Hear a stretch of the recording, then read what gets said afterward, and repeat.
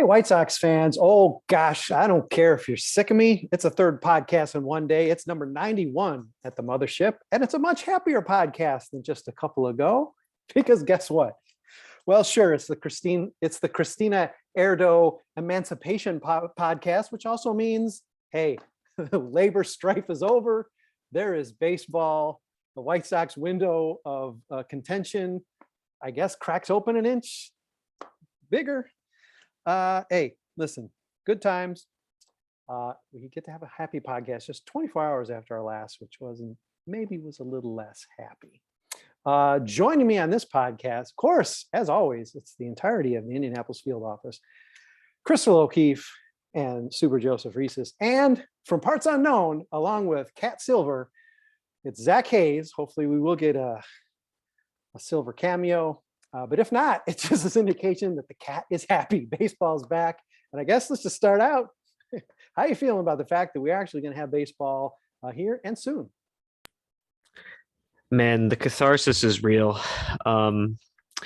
It's not a perfect deal, obviously. It's not even a great deal by many standards. I think it's kind of telling that the executive committee of the MLBPA voted unanimously against it. But it is not as bad as I would have thought a deal reached on March 10th would be. So I am allowing myself to exhale and get excited about free agency happening and alternating getting mad at the White Sox for not actually giving me the opening day tickets I paid for and being happy that I will be able to go to opening day nonetheless. So a lot of feelings flying around here, but a lot of catharsis for sure. Yeah, like Tommy said last night, past player groups would have taken deals much worse, would have taken even the deal as it stood last night. So the fact that the players held, I guess it's a minor success, but the fact that the players held out as long as they did, even though they did not take the recommendation of their executive committee, very telling. It's a good point, Zach. Okay, Indianapolis, how you feeling? I'm just really relieved that I have something to write about again, because that whole writer's block during an MLB lockout is very real. So I'm happy that I can work again. And I'm happy that maybe the players got something that they wanted. And I'm happy to know that the four teams I hate the most were the four teams behind all of this madness. Yeah, I feel good. I'm really excited. I'm ready. Just bring it on. I don't have to develop a personality outside of baseball anymore either. So that's huge relief. Joe, we're all listen, in trouble. I'm sorry, Joe, that now you're going to have to shift on the fly from Knights math back to Sox math, but I'm going to guess that transition is going to be easy for you. How you feeling? I'm very grateful. With how slow progress has been these past few months, and with how many kind of false alarms we've had lately, as far as the sides are getting close, and then there's always just always seem to be something that would throw a wrench in there and would make it be okay, never mind. And it's actually gonna probably take until July for a deal to be reached. Any small amounts of optimism were just quickly wiped away lately. And today I couldn't believe it when there were no more asterisks or nothing else that could get in the way of an agreement. And I'm very grateful that there will be baseball. And the lockout baseball Twitter, I think, is probably my least favorite kind of baseball Twitter. So happy to get back into normal business, and yes, can't believe it's over. Yeah, I didn't pay any attention to the Rob Manfred. It's probably good practice to not pay attention to Rob Manfred at all, but I'm guessing he sort of flubbed his comments again, because I know the one takeaway at least was that he said something to the effect of, and it's playing off of what you're saying, Joe, that a deal was going to get done when it was right to get done, as if somehow, again, if they had not started this in earnest at the moment of lockout, or who knows, prior to it, there was a little gap there between World Series and lockout, that somehow this compressing the season to a degree but still getting 162 games. Losing spring, and obviously this is going to throw players into some jeopardy. I don't know how, no matter how prepared they are to play, compressing spring training, into a month when you're supposed to ramp up in a matter of maybe 3 weeks of games, I'd say is worrisome. It's not condemning them all to injury, but it's a concern. There's a reason why it's 6 weeks, too long, but 6 weeks versus 3. So Crystal alluded to the fact that there were 4 teams who dissented: St. Louis Cardinals, Houston Astros. Boy, Houston just never on the right side of history. Although who knows, maybe they're holding out for the better deal that was going to come in July. And the 2 New York teams, along with the entirety of the executive committee, only 5 of the 8 being Scott Boras clients. So it's not even a Boras conspiracy fully. Zach, talk to me a little bit more, anybody else, about that makeup, because you don't often see a union vote that so drastically undermines its leadership as an overwhelming vote, yes or no, that goes against a unanimous recommendation. It's pretty mind-boggling. Yeah, I feel like we're still going to get some leaks in the coming hours and day or so that are going to give us more of the details of who exactly thought what. It's not a coincidence that the 4 teams, like, Andrew Miller is on the Cardinals. He runs the bargaining committee. Zach Britton and Garrett Cole of, the Yankees are on the committee. Zach Britton. Max Scherzer and Francisco Lindor are of the Mets, of course. And there's somebody on the Astros who I'm missing. So it's not like super surprising that those 4 teams went against it, because the players are generally going to follow the votes of their reps. The talk right now is that the Mets in particular were not particularly happy about the highest luxury tax threshold. They're literally calling it the Cohen tax. So take that as you will. And it's also not a coincidence. Those are 4 contending teams who are probably going to continue to spend a lot of money in free agency. So, there's some logic to it there. I think at the end of the day, I've said this on podcasts before, is that the players want to play. They are players. They're competitive people. And I think, it's the executive committee, the bargains, their job to really think about the nitty gritty and be like, okay, well, we really want to get the CBT moved up another $10 million because we have done all of this movement and the ownership side really hasn't. And on a personal level, I don't really disagree with that. I think my uninformed opinion on what happens, that they probably got close enough that the majority of the players said, all right, this is as far as we're realistically going to go, while still being able to salvage a full season and playing. We've been watching unfold for the last 2 years how disastrous it is to not have a full season. All the things that get thrown off when you don't get, it's a rhythm. It's a whole rhythm thing. These players have been in rhythms for their entire careers that are based around a 6-month, 162 game season. So these disruptions are not to be understated, I think. So as much as there was a lot of solidarity, I feel like a lot of the rank and file players, they were just ready to go, and whatever other ground was going to be made up was probably not meaningful enough to them in the near term to justify losing a full another month of games, So that's my uninformed outside observer's take on what might have happened. I don't know. I suspect we're going to be in, if not a similar, if not the same place, 3-4, revenues aren't going down. We're going to be talking about this again in the near future. So I'm sure there will be more information to come out, and more of these discussions will resurface, if not immediately, then somewhere down the line. It'll be interesting to know once we get, because I assume we will, we have total union vote for past strikes. So it'll be interesting to know how close some of those votes were. By no means, obviously, was it unanimous among players. 4 teams didn't even go for it, even if they were a little executive committee heavy. It'd be interesting to know if there were teams that were maybe a little bit more split.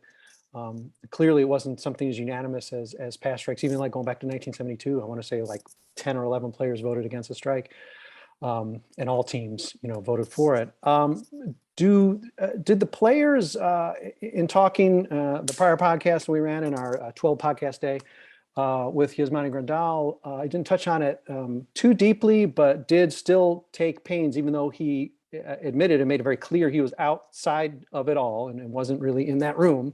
So he couldn't speak with too much authority. But one thing he did not fail to mention was that it was important for him as a veteran player to leave the game in better shape for younger players than when he came in. The players did get some success in at least moving minimum salary up. The international draft, which is something would seemingly compromise younger players, have been at least punted. Did veteran players do enough in their mission stated from the start to take care of the younger players, the generation coming up?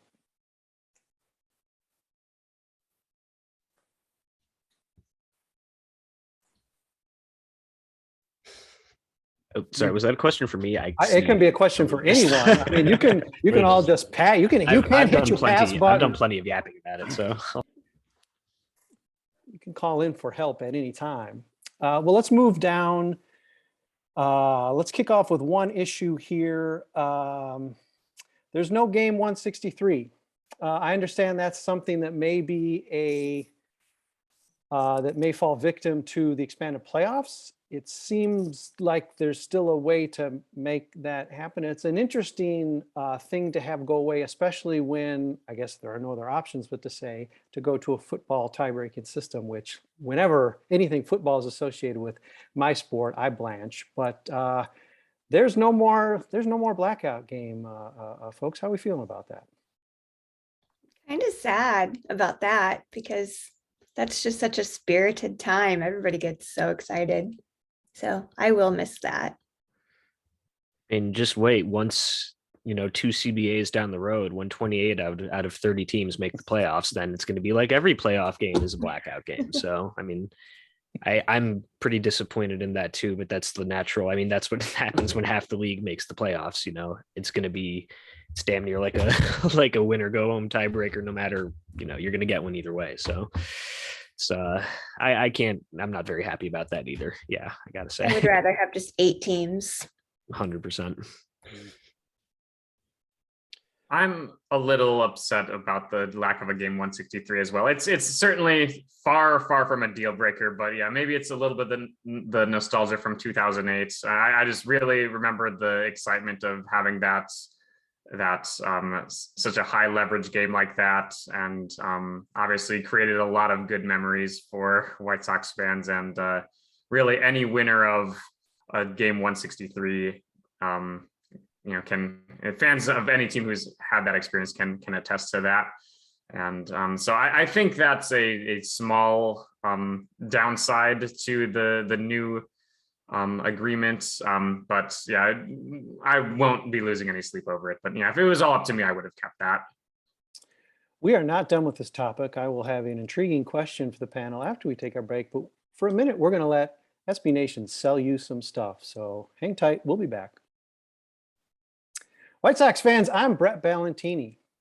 Yes, that's me. Podcast number 91.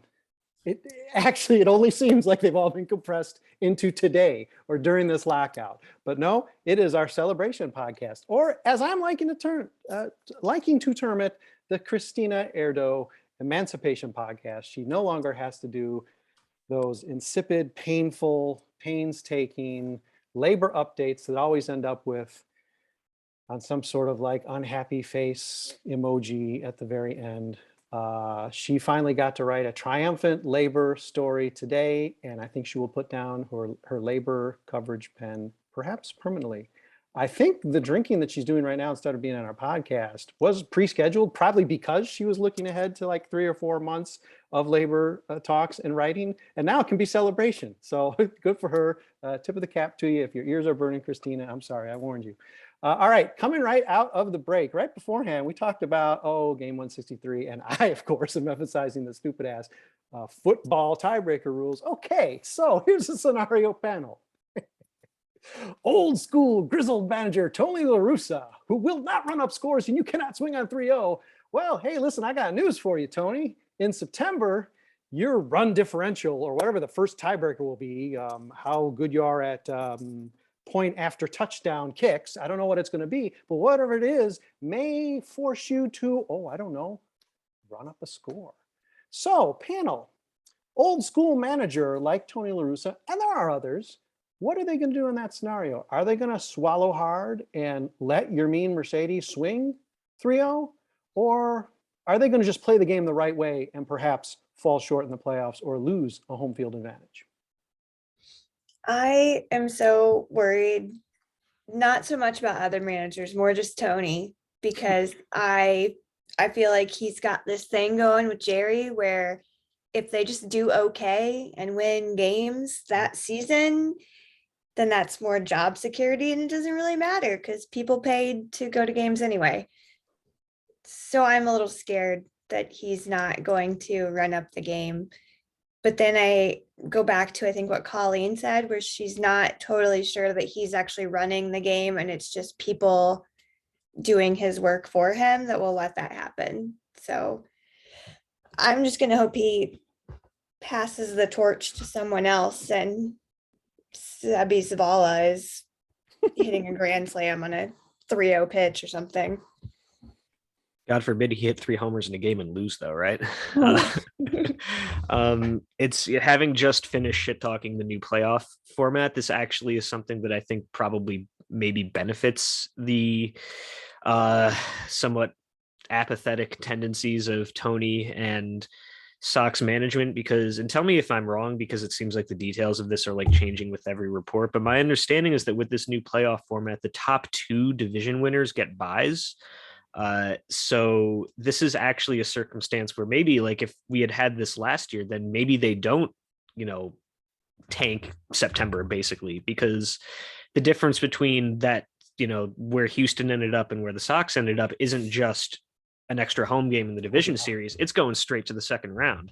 So there's a part of me that is hoping that this maybe actually incentivizes the team to try to put themselves over the top, to really hit the gas and go to that next level, because coasting to a division championship, like it's nice, you'll still get there, but it does not, you can't, under this new system, you're going to be at a much larger risk for going 3 and out to a much more embarrassing team than the Houston Astros if you follow the same trail that you did this past year. So maybe a little bit to be hopeful of. I don't know. So, Joe, does Tony let Yermin swing 3-0 now? I hope so. He should. And even, regardless of any changes to the rules, it's the right decision. But I'm still skeptical. I would have to see it to believe it, just with how the whole thing played out last year. I don't think he learned anything from it. And the way he just apologized on Yermin's behalf, it was just very, very unfortunate. And that was my least favorite La Russa moment. I don't think he really felt that it was I don't think he really regrets it. I hope to be proven wrong, but I don't believe that I feel like his viewpoint on this is just too set in stone. Yeah, Tony La Russa, sorry to drag it up, but Tony La Russa doesn't seem to regret like getting behind the wheel after drinking. So I don't think Tony regrets anything. I think it's safe to say that. Okay, here's something that might offset the scenario just presented, and thank you for the colorful answers, to the whole running up the score, or, when a schedule can be so uneven that the White Sox get to feast, let's say a team like the White Sox gets to feast on a division like, say, the AL Central, it's going to create some real animosity among all those other divisions when it's like, hey, wait, you got to play the Royals 19 times again this year? Well, guess what? As of next year, not 2022, it sounds like in this agreement, it's going to be a much flatter, again, very NFL schedule, much flatter, where White Sox will not be playing nearly the number of games. I think it's going to be cut virtually in half, because now instead of just one interleague series potentially being as short as the 2 games, I think they are deciding that it's pretty much going to be at least minimum of 6 games against every team. It helps showcase players. Obviously, NL cities are going to get to see all the great White Sox stars instead of only seeing them every couple of years or every 3, 4, 5 years.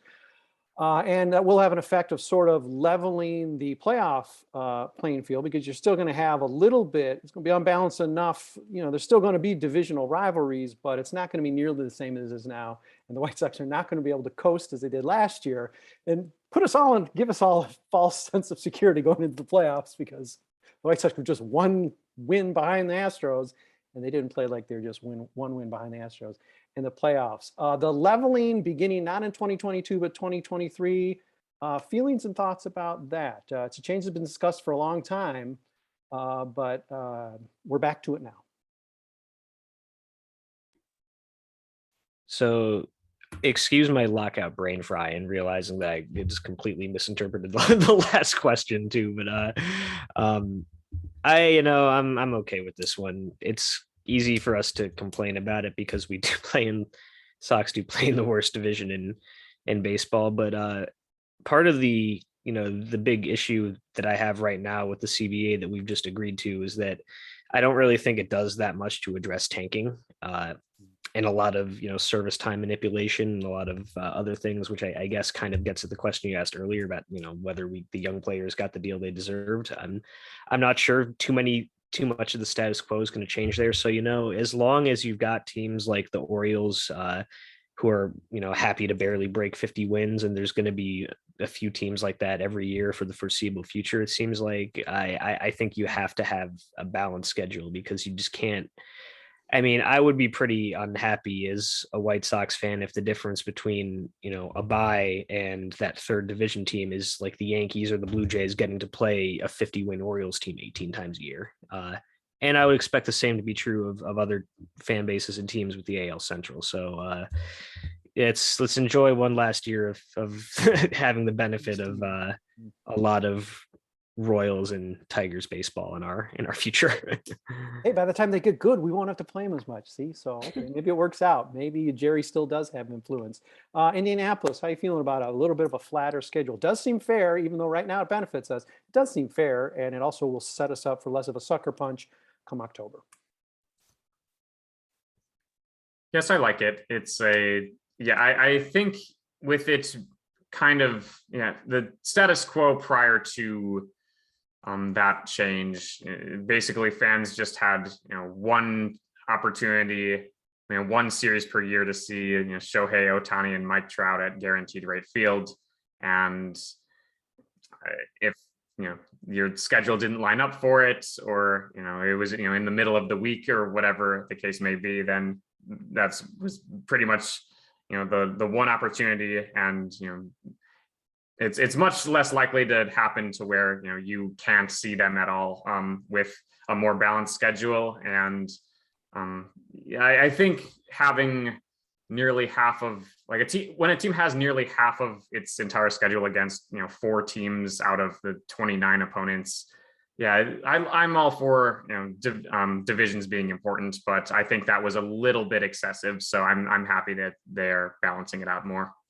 Let me jump in and say, I guess it really is more an NBA schedule quirk than NFL. NFL doesn't play every team, of course, but NBA does, at least a home and home with all the teams in the other conference.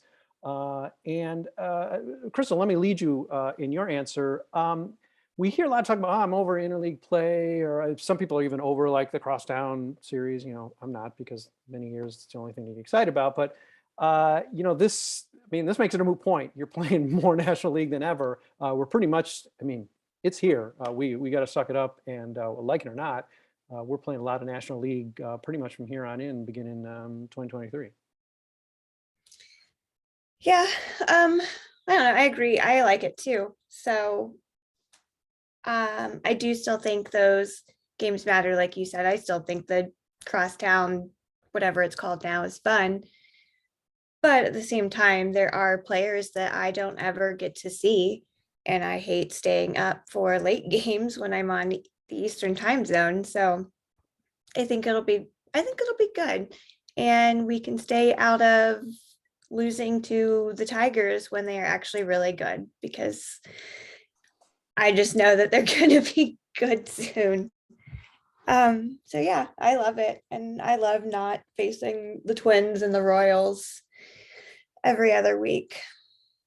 Detroit Tigers fans are clamoring for Carlos Rodon, it seems. They might not be the only fan base or the only team, but it's gonna hurt if he jumps to the Tigers and his arm is actually still attached. Again, those experts out there who tell us to shut up about not extending that qualifying offer have said, well, we don't know how hurt he is. Well, we better hope his arm is actually detached if he goes to Detroit, because I do not want to see him punish the White Sox as early as next season. That will be rather depressing. All right, how about a frivolous aspect of this? Oh, there's probably plenty of frivolity involved with this new CBA, but one is among the many things that now Major League Baseball just gets to sort of run roughshod over the players in the game, including like pushing rules through in 45 days or whatever. We might have those big bases and pitch clocks and all that. Not all that's bad. But one thing that probably we can agree maybe isn't so great, even though maybe, it's only the old men and women out there are going to get all fired up about it, is ads on the jerseys. We already have the swoosh, so I guess it's already sort of been broken, but there are going to be ads on the jerseys. I'm not sure if there's a limit. I'm not sure if it's going to just be a cutesy thing like the NBA or WNBA or the other leagues, or there's just like one patch, no matter how weird it is. Leave it to baseball. They'll probably, emblazon the entire bat. Pittsburgh is probably going to sell 20 if they can. How are we feeling about McDonald's advertising on, say, Chicago White Sox jerseys? I just want NASCAR type, like their jumpsuits they have, just load them all up. Just NASCAR baseball. If you're gonna go, just go crazy. They don't because I watch basketball now because there was nothing else to do. They don't bother me when I'm watching the Bulls. Like it doesn't affect me at all. So I really just don't care. Do what you got to do to make money. Yeah, because there's not enough of it out there. But yes, fair point. Okay, yeah, McDonald's wants to pay the Bulls or the Sox or whatever. Sure. Joe, Zach, how you feeling about ads on your jerseys? I don't have a strong opinion on it. I say go for it. Yeah. If it's a revenue generator, by all means, go ahead. Whatever works. And especially go ahead if it'll make them stop crying poor for the next time negotiations come around. Happen. Yeah, that's nice. That's a nice condition, but they're not going to agree to that. Right, of course. That's very wishful thinking. But yeah, I don't have an issue with it. Let's have a follow-up podcast when one of you orders an authentic jersey and then have to take the what do you call it, the needle stitcher or whatever, to undo the McDonald's ad from your jersey, and then you've got some weird outline. Sorry, McDonald's, I'm picking on you, but whatever. You took a while to get out of Russia, so I guess you're going to be the one. I'm going to ding you. Maybe we should just go full body wraps like those NASCARs. You just do the full car wrap. Just do full body wrap. Make it transparent enough you can still see like White Sox or South Side or Smith Side. You can still do that, but hey, like Crystal says, 5, 10. 20 ads, doesn't matter at a certain point. Zach, you gonna purist on this, or you're like, yeah, whatever? We do have a storied history of using sharp objects to make alterations to White Sox jerseys in this organization. So yeah, I have a lot of real world problems, and getting all up in a tizzy about ad patches on uniforms ranks pretty low on on my priority list there. I'm a purist in many senses, but there are just I don't know. I got to pay taxes. I'm an adult. I have a job. I don't have time to really get upset about that. There are too many other things within baseball itself that are more worth getting annoyed over than, I'll put it this way. Like if you're getting really upset and annoyed by the jersey patches, like I don't love them. It would be cool if they didn't need to have them. But if you're, I don't know, investing, I guess kudos to anyone who does have a little enough else going on to really be invested in being upset about that. Because it's even within the grand scheme of baseball itself, notwithstanding the small part that baseball plays in our lives writ large, there are bigger problems. If I were to change a lot of things there's a lot of things that I would change about baseball before I even got around to reversing that. So long answer, I really couldn't. you know, okay. no, I mean, I don't care. you all can feel free to just undermine every point I'm trying to make with this podcast and every subject. They're thrown out there to be batted down. But based on the amount of furor that has been created by people not wanting a new era logo on the side of their caps, I guess we're going to see a lot of people shaking their tiny fists in the air when they get their jersey, and it does have. Sorry, McDonald's does have McDonald's emblazoned on it. Maybe they'll do videos. They'll do a YouTube that shows them taking it off, spitting angrily as they're doing it. I mean, if it gets us like free chicken nuggets as a sponsorship thing, like, you know, score 5 runs in the 5th, and then I'll take that 10 times out of 10. Free 6-piece with 6 runs in the 6th. There you go. There's your sponsorship idea. You're welcome. Where are my royalties? Brooks, free. Be a little nicer to us, White Sox. We're giving you ideas free every podcast, and we know you're listening. Okay, speaking of listening, hey, White Sox, perk your ears up. I think I already know one vote. I'm not going to take Zach in the bottom corner to block on this one, but okay, right field choice panel. We got to get a right fielder, right? We can't just wait for Oscar Colas, correct? Virtually similar price, knowing that one guy's going to take a little bit more commitment years wise than the other. Who we taking? Conforto and this furor that seems to be building for Chris Bryant. Who are we taking for right field? Is it going to be Chris Bryant? Chris Bryant. I was going to say I can't take Crystal to block in the top corner because I know what her vote is. Joe, you're the tiebreaker. Who are you going for? Oh my! I mean, I'd be very happy with either one, but yeah, I would, if forced to pick one of them, I would go with Chris Bryant as well. I mean, Bryant's track record is, you know, a little bit more promising, but yeah, I mean, if they were to wind up with either one of those players, I would be very happy. Probably would do a dance. In fact, not expecting them to land either one, but yeah. It's going to be under Vaughn, but you know. Yeah. Okay, Joe, you tried to pump, but I am going to count your vote. So come get your boy, Zach. I assume it is Conforto. Yeah, I mean, Chris Bryant is a better player than Conforto is. I don't think you're going to get a lot of disagreement there necessarily. I would rather have, as knowing Jerry is how he is, I would rather, knowing what the needs of the team are, I would take Conforto at the contract he's likely to get over Bryant at the contract that he's likely to get. And I personally think Conforto is just a really good fit in terms of his approach and being a lefty to what brings a lot of balance to the lineup in some ways that Chris Bryant does the same, but also doesn't in others. But like Joe said, overall, if either one of those guys ends up on the south side next year, you won't hear a peep of complaint from me. So it's not, if they sign one, I'm not going to be like, oh yeah, damn, I really wanted Conforto. Quit spending Bryant money, instead. White Sox. Okay. So that's an easy choice. If we turn it to a position of perhaps even greater need, because it does seem like there's less pipeline help, it would be second base. But it doesn't seem like there's nearly much out there. That is going to require a Rick Hahn to take not just 3 days, but he's going to have like the full 3 weeks. I think you'd want to have your trade settled by opening day if you could, or whenever it freezes. I don't even know. Maybe it is only 3 days. At any rate, he's going to have to spin a deal if he's going to try to patch up at second. Is there any confidence that is going to be a priority, or is he going to really zag when we think he's going to zig and actually maybe get a starting pitcher? Are we just going to be angry in a few days and have a podcast where we're back to being gruntled again? We're going to be angry. I don't have any confidence on that one. Maybe he can afford it more if the White Sox get Skull Tunes to sponsor. I hear they're really cool crypto NFT people that hack accounts. So maybe if we get that money, we can afford a little bit more, but I don't have any confidence right now. Do we think that the roster, guys, do we think the roster is set where it's at? Do we think there are significant moves still to be had with the White Sox, trade or free agent wise?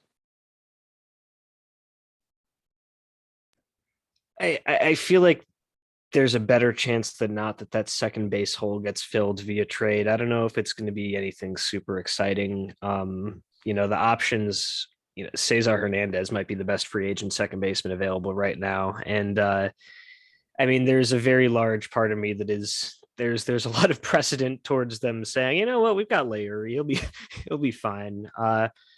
But also given what the roster crunch looks like on the 40-man side, you have guys like Mike Rodolfo who needs to go somewhere, and it's probably not going to be on the major league roster. Sorry, Tommy. If I wouldn't be surprised if we get a trade for somebody like, I don't know who's Luke's guy, like Joey Wendell or Right. or Kevin Newman from Pittsburgh, or someone that's probably going to be acceptable if entirely unexciting. I don't know. I'm not confident we're going to see any splashes there, though. Luke's guys, Mark. Kevin Newman, though. Yes, that hasn't being able to do better hasn't exactly stopped them from not doing better in the past, though. I hate to say. I might take Garcia at second base opening day over Newman for what it's worth. Well, the Washington Nationals are going to be angry that Zach Hayes has relegated them to apparently International League because they are the new team for Cesar Hernandez. So we have no chance at him. It's only because I said that before I scrolled down to the number 28th ranking on the Fangraphs second base depth charts. So a point is still kind of made. If you ask me. It's made. It is made. All right. Well, it's a happier podcast we had here with laughs that were real and not just sort of like embittered as 24 hours ago. This wraps up podcast number 91. Hey, listen, we're going to get angry, I'm sure, just in a matter of a few days once the deal isn't made. So, if you're thinking something's gone crazy with all of us, no, not really. We'll be back. We'll be back in the way you're used to hearing us, probably sooner than you want us to be. But until then, thank you for listening. Thank you for reading. And thank you for sticking with Side Sox through this ridiculous lockout. We're back now.